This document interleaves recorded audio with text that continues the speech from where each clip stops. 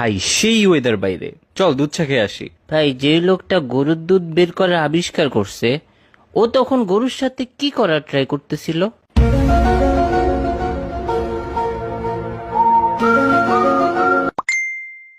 আবার আমার মাথা খাবি তুই? ভাই সবাই বের হ, মাসুদ মামার টঙে আয়। না ভাই, ওইখানে অনেক মশা। ধুর। ভাই মশা আমাদের রক্ত খেয়ে তারপর ডিম পারে, তার মানে টেকনিক্যালি আমরা মশার বাপ। কি? আমি মশার বাপ? ভাই ওরে একটু থাপড়া কেউ। আচ্ছা দোস্ত, ধর আমি নিজেকে নিজে থাপ্পড় দিয়ে অনেক ব্যথা পাইলাম, তার মানে কি আমি অনেক স্ট্রং নাকি অনেক উইক? তুই ভাই যাই হস না কেন, অফ যা তো, ঘুমা গিয়া যা। ঘুমিয়ে স্বপ্ন দেখাটা মেইনলি একটা ফ্রি মুভি দেখার মতো, যেটার অ্যাক্টর ডিরেক্টর সব আমি নিজেই।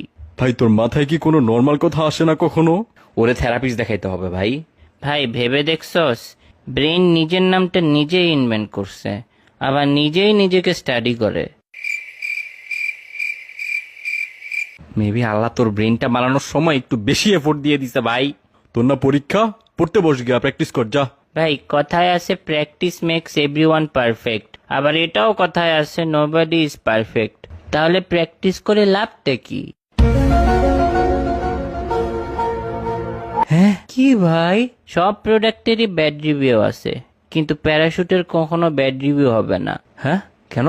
আরে বেটা, ব্যাড রিভিউ দেওয়ার জন্য ওই প্যারাশুট ইউজারকে বেঁচে থাকতে তো হবে। টেকনিক্যালি প্রতিটা রেস্টুরেন্ট ক্ষুধার্ত মানুষের জন্য একটা হসপিটাল, খাওয়া ছাড়া বাঁচবে না। দুইটাতেই টাকা লাগে রে ভাই।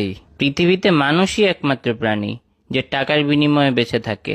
আর পৃথিবীতে তুই একমাত্র মানুষ যার এগুলা মাথায় আসে।